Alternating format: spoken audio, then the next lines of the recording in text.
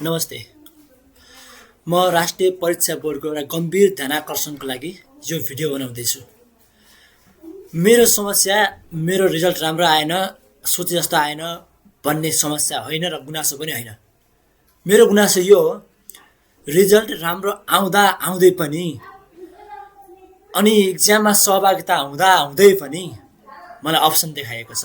मेरो रिजल्ट अहिलेसम्म आएको छैन। यसलाई कसको दोष मान्ने? मेरो दोष या राष्ट्रिय परीक्षा बोर्डको?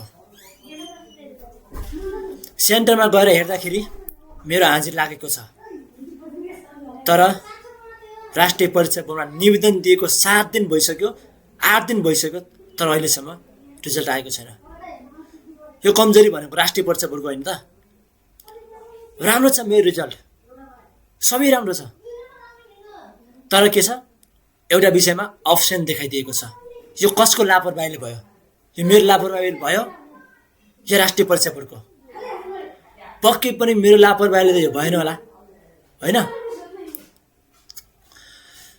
हरेक मानिसले त्यो दिन, हरेक विद्यार्थीले त्यो दिन रिजल्ट हेऱ्यो र उनीहरूले आफ्नो रिजल्टलाई अब सन्तुष्टि माने पनि नसन्तुष्टि माने पनि रिजल्ट त सुने जे भने सुने, तर विडम्बना, मैले रिजल्ट हेरेँ तर मेरो रिजल्ट हेर्दाखेरि अप्सन देखाइदियो।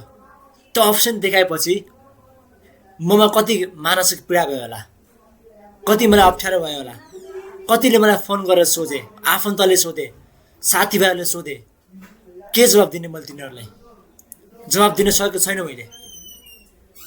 त्यसले गर्दाखेरि मैले आफूले तयारी गर्न लागेको इन्ट्रान्स प्रिपेरेसन गर्न सकिरहेको छैन। यो के कारणले?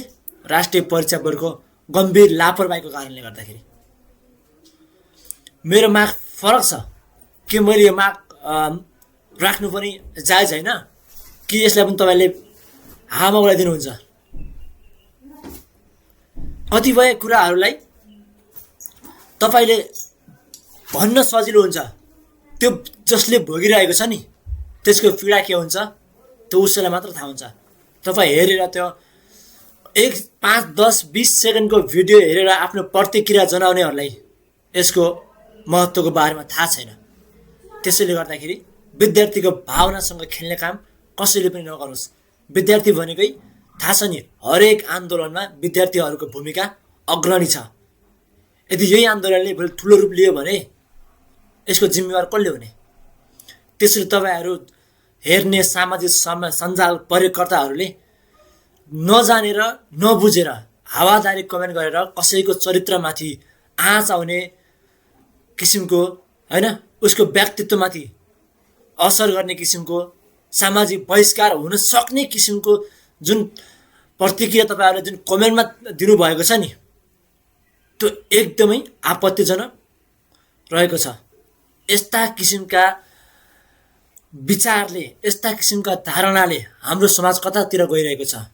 के हाम्रो समाज भनेको अराजकता हो त? होइन नि, हाम्रो समाज त सभ्य समाज हो। नेपाली समाजमा नेपालको राष्ट्रियता, नेपालको जुन त्यो युनिटी छ, त्यो युनिटी यसले दिने होइन। यसले देशलाई विखण्डनतर्फ लाग्छ, देशलाई फेरि अर्को आन्दोलनतर्फ लाग्न सक्छ।